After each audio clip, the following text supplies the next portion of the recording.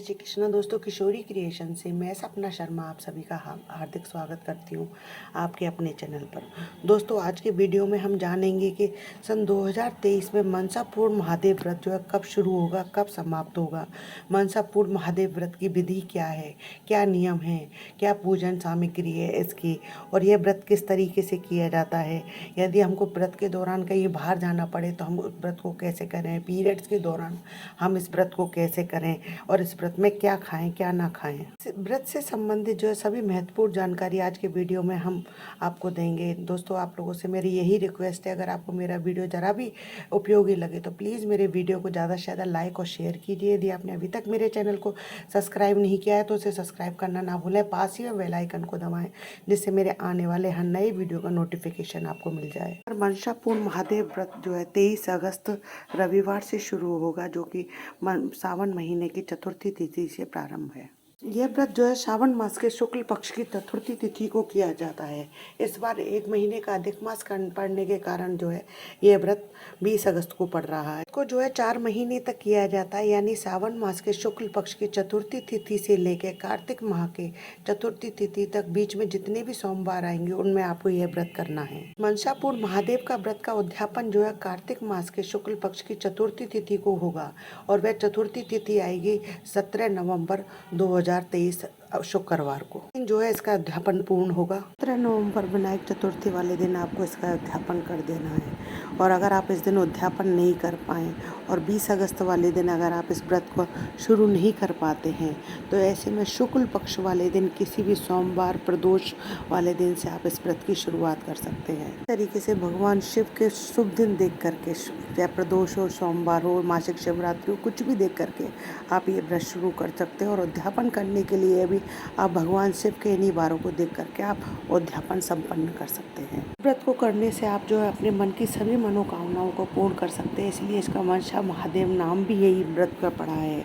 और इस व्रत को सभी देवी देवताओं ने किया है।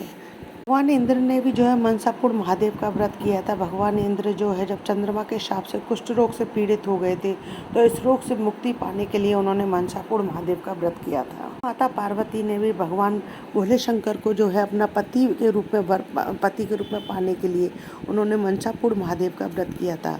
माता पार्वती के बेटे कार्तिकेय ने भी जो है मनसापूर्ण महादेव का व्रत किया है। तो इस तरीके से अनेकों देवी देवताओं ने तथा हम लोगों ने भी जो है अपने इस व्रत की शुरुआत करके अपनी अनेकों मनोकामनाओं को पूर्ण किया है। व्रत रखने से पहले एक चीज़ निश्चित तौर पर आप ध्यान रख लें कि आपको पूरी श्रद्धा विश्वास के साथ इस व्रत को रखना है, और आपकी जो भी कोई मनोकामना है उसको मन में धारण करते हुए भगवान भोलेनाथ से यही सोच करके प्रार्थना करें कि भगवान भोलेनाथ, मैं आपके इन मनसापूर्ण महादेव व्रतों को कर रही हूँ, आप मेरी मनोकामना जो है पूर्ण करें। मनोकामना कि मेरी मनोकामना इस व्रत से अवश्य ही पूर्ण होगी, ऐसा मन में विश्वास करके भगवान भोलेनाथ के आगे आप संकल्प करें। पर संकल्प करने से पहले ये ध्यान रख लें कि आपके घर में किसी भी प्रकार के सूतक पातक नहीं होने चाहिए, पीरियड्स वगैरह के दिन नहीं हो।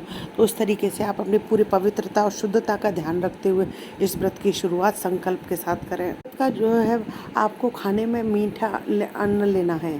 आप चाहे इसमें चूरमा ले लें, चाहे हलवा ले लें आटे का, चाहे पंजीरी ले लें, कुछ भी ले लें, पर एक टाइम आपको बिना नमक का खाना खाना है। आटे या चावल से बनी हुई आप कोई भी चीज़ खा सकते हैं, पर वह बिना नमक की हो। मनसापूर्ण महादेव की व्रत जब भी आप करते हैं तो इसमें पूजा जो है दोनों समय होगी, सुबह भी होगी और शाम को भी, दोनों समय आपको पूजा करनी है। इस बात का विशेष तौर से ध्यान रखें। पूजा इसलिए अनिवार्य होती है क्योंकि भगवान भोलेनाथ जो है प्रदोष काल की पूजा से शीघ्र प्रसन्न होते हैं।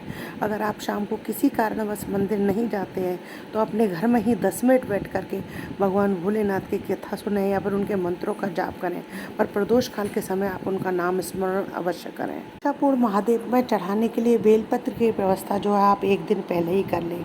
बेलपत्र तोड़ करके उनको स्वच्छ साफ पानी से धोकर पोंछ करके बीच के पत्र पर तो आप ओम लिखें और साइड के दोनों पर राम राम लिख करके अगर आप इस तरीके से भगवान भोलेनाथ पर चढ़ाते हैं तो भगवान भोलेनाथ आपकी मनोकामना जो है अवश्य ही पूर्ण करते हैं। तरीके से आप भगवान भोलेनाथ पर बेलपत्र चढ़ा करके पूजा करें तो भगवान भोलेनाथ आपकी मनोकामना अवश्य ही पूर्ण करेंगे। मनसापूर्ण महादेव व्रत में जो है कच्चा सूत और एक तांबे का सिक्का रख करके पूजा की जाती है। अगर किसी कारणवश अगर आपको ये दोनों चीज़ें नहीं मिलती हैं तब भी आप इस व्रत को पूर्ण कर सकते हैं। पूर्ण महादेव व्रत आप जब भी शुरू करते हैं तो उसके कुछ नियमों का पालन आपको अवश्य ही करना चाहिए। एक दिन पहले ही आप जो है शुद्ध सात्विक भोजन करें कि किसी प्रकार के तामसिक प्याज लहसुन आदि का सेवन नहीं करें और ब्रह्मचर्य व्रत का पालन करें। अगर आप शादीशुदा हैं तो ब्रह्मचर्य व्रत का पालन अवश्य करें और रात्रि में भगवान भोलेनाथ का स्मरण करते हुए मनी मन भगवान भोलेनाथ से प्रार्थना करें कि हे भगवान भोलेनाथ, मैं आपके मनसापूर्ण महादेव व्रत शुरू करने जा रही हूँ और आपकी जो भी कोई मनोकामना उसको मन में लेकर के भगवान भोलेनाथ का विचार करें, मंथन करें, सोचें। तरीके से भगवान भोलेनाथ का स्मरण करते हुए मनी मन अपनी प्रार्थना को बोलते हुए भगवान भोलेनाथ से कहते हैं तो भगवान भोलेनाथ आपकी मनोकामना अवश्य ही पूर्ण करते, साथ ही आपको अपने दर्शन भी अवश्य ही देते। पूर्ण महादेव व्रत रखते समय इतना ध्यान रखें कि आपसे किसी भी प्रकार का कोई अहित न हो, किसी की बुराई ना हो, किसी की निंदा चुगली आदि नहीं करें। कोशिश ये करें कि 4 महीनों तक आप इसी प्रकार की बुराइयों से बचने की कोशिश करें, किसी की निंदा चुगली वगैरह आपसे नहीं हो। पूर्ण महादेव व्रत करने जा रही हैं अगर आप महिलाएं या लड़की हैं तो अपने बालों को जो है एक दिन पहले ही धो लें। व्रत वाले दिन अपने बालों को नहीं धोएं। अगर किसी कारणवश आप अपने बालों को एक दिन पहले नहीं धो पाते हैं तो उनमें धोने से पहले उस दिन व्रत वाले दिन धोने से पहले उनमें थोड़ा सा कच्चा दूध लगा करके अगर आप बाल धोते हैं तो आपको व्रत वाले दिन बाल धोने का कोई दोष नहीं लगता है। हमारे शास्त्रों में बताया गया है कि अगर आप भगवान भोलेनाथ का जो भी कोई व्रत करते हैं और उस दिन अगर आप बाल धोते हैं तो आपका जो है चंद्रमा कमज़ोर होता है, तो इसलिए अपने बालों को विशेष तौर से आप एक दिन पहले ही धो लें, उस दिन इन बालों को नहीं धोएं। चंद्रमा जो है मन का कारक होता है, स्त्रियों का मन जो है विशेष चंचल होता है और भगवान भोलेनाथ ने जो है चंद्रमा को अपने मस्तक पर धारण कर रखा है, इसलिए जो है अपने मन को चंचल होने से बचाने के लिए आप अपने बालों को जो है सोमवार के अलावा एक दिन पहले ही धो लें तो ज़्यादा बढ़िया है। चंद्रमा के कारण ही हमें मानसिक परेशानियों को सहन करना पड़ता है, तो अगर आप एक दिन पहले ही अपने बालों को धो लेते हैं तो हमको किसी भी प्रकार की कोई मानसिक परेशानियों को नहीं सहना पड़ेगा। छोटी छोटी बातों का ध्यान रखते हैं तो दोस्तों निश्चित तौर पर आप इन 4 महीने में जो है आपकी जो भी कोई भी मनोकामनाएं भगवान भोलेनाथ के सामने जो आपने रखी है उसको भगवान भोलेनाथ के द्वारा आप अवश्य ही पूर्ण करवा पाएंगे। किसी व्यक्ति के ग्रह जो है बहुत ही खोटे हैं और वह बहुत ही पीड़ित है तो इस व्रत का विधान ये भी है कि आप इसे 4 साल तक लगातार कर सकते हैं। ऐसा माना जाता है अगर आप लगातार 4 साल तक इस मनसापूर्ण महादेव का व्रत करते हैं तो भगवान भोलेनाथ जो है आपके मन की अनेकों मनोकामनाओं को पूर्ण करते हैं, आपके सभी दुख संकट को समाप्त करते हैं। पर आपको एक नियम का अवश्य पालन करना है कि ये व्रत जो है आप सावन के शुक्ल पक्ष की चतुर्थी से ही शुरू करें। सावन मास के शुक्ल पक्ष की चतुर्थी से शुरू करके जो है आप कार्तिक मास के शुक्ल पक्ष की चतुर्थी तक इस व्रत को करके इसका उद्यापन पूर्ण करें और उद्यापन इसका अवश्य करें, क्योंकि कोई भी व्रत जो है बिना उद्यापन के पूर्ण नहीं होता है। श्रद्धा भक्ति के अनुसार जो आप मनसापूर्ण महादेव का जो है ये व्रत अवश्य संपूर्ण करके उसका उद्यापन करें। दोस्तों आशा करती हूँ आपको मेरे द्वारा दी गई जानकारी पसंद आएगी। अगर आपको मेरा ये वीडियो अच्छा लगे तो प्लीज़ इसे अपने फैमिली और फ्रेंड में ज़्यादा से ज़्यादा शेयर कीजिए।